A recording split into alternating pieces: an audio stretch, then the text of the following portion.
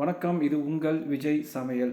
இன்றைக்கி நம்ம தக்காளி சாதம் செய்வது எப்படின்னு பார்க்க போகிறோம். அதுக்கு தேவையான பொருட்கள்: வெங்காயம், தேவையான அளவு தக்காளி, தேவையான அளவு கருவேப்பிலை, தேவையான அளவு இஞ்சி, பூண்டு, மிளகாய், காஞ்ச மிளகாய், மஞ்சத்தூள், காரத்தூள், மல்லித்தூள், மிளகுத்தூள், அப்புறம் கடைசியாக தேவையான அளவுக்கு உப்பு போட போகிறோம்.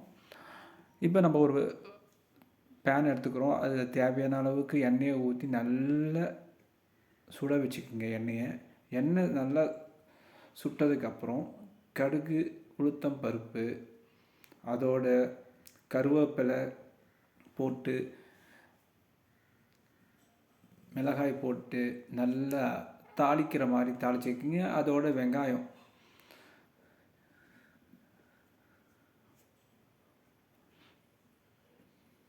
வெங்காயத்தை போட்டு நல்லா பொன்னிறம் வர அளவுக்கு வதக்கிக்குங்க. அப்போ தான் நல்லா டேஸ்ட்டு கிடைக்கும். நமக்கு தக்காளி சாதம் நல்லா வதக்கிக்குங்க.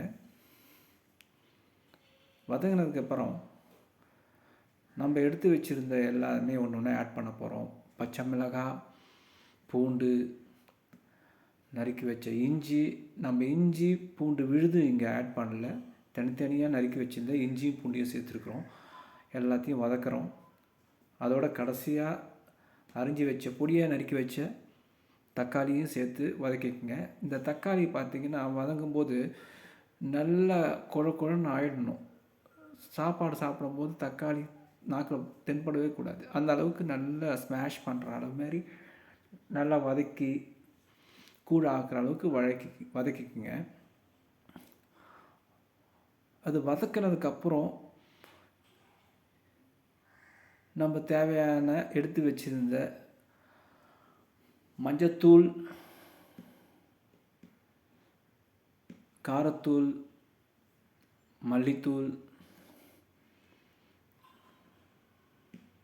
மிளகுத்தூள் எல்லாத்தையும் போட்டு நல்லா கலந்துக்கிட்டு தேவையான அளவு உப்பு எல்லாத்தையும் நல்லா சரிசமமாக நல்லா கலந்துக்குங்க. கலந்ததுக்கப்புறம் கொஞ்சோண்டு தண்ணி இட்டு அதை நல்லா வதக்கி எடுத்துக்கோங்க. அப்புறம் நம்ம வடித்து வச்சுருந்த சாதத்தை எடுத்து அதில் போட்டு மிக்ஸ் பண்ண வேண்டியது தான். இவ்வளோ தான் தக்காளி சாதம் அப்படின்னு நினைக்காதீங்க. இதுக்கப்புறம் தான் விஷயமே இருக்குது. இதை நல்லா நம்ம பெரட்டி ஒரு பாத்திரத்தை எடுத்து வச்சோம்னா அது ஒரு 1 மணி நேரம் 2 மணி நேரம் நல்லா ஊறணும். எந்த அளவுக்கு அது டைம் கொடுக்குறீங்களோ அந்த அளவுக்கு டேஸ்ட்டாக இருக்கும். இதை ஒரு தடவை செஞ்சு சாப்பிட்டு பாருங்கள், நல்லாயிருக்கும். நன்றி, வணக்கம்.